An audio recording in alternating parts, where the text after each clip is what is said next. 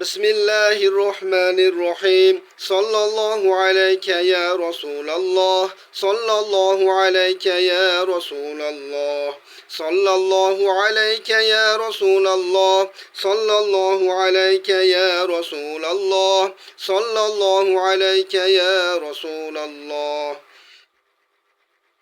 صلى الله عليك يا رسول الله صلى الله عليك يا رسول الله صلى الله عليك يا رسول الله